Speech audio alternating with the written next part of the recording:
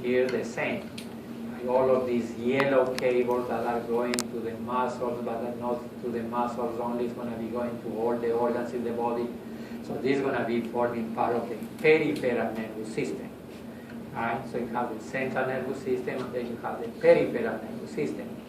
And then when we consider all of these important cables, so there are going to be some that are more important than others. So for instance, there's going to be cranial nerves. So these are going to be the ones that are coming from the brain. So normally these are the most important because these cables go to the senses. So for instance, they go to hearing, to the eye, to the taste, to the smell. Right? They control the very important organs. So this is going to be the cranial nerves. And then this one, normally they control other organs and they control the muscles of your body.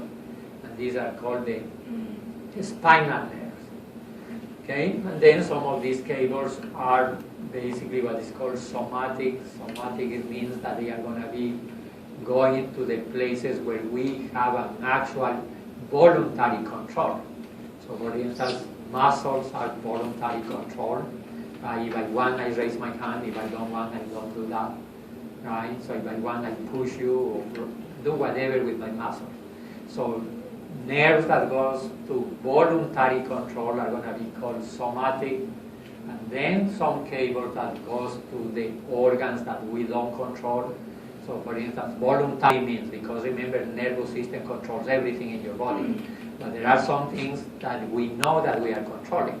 So for instance, the muscles, I know if I want, if I move these fingers, it's because I want to move. But can you tell the heart, for instance, to stop working? Can you say to the car, oh, take a 10-minute break, you've been working all your life, so go to vacation? Can you do that? Can you tell the intestine, for instance, to say, oh,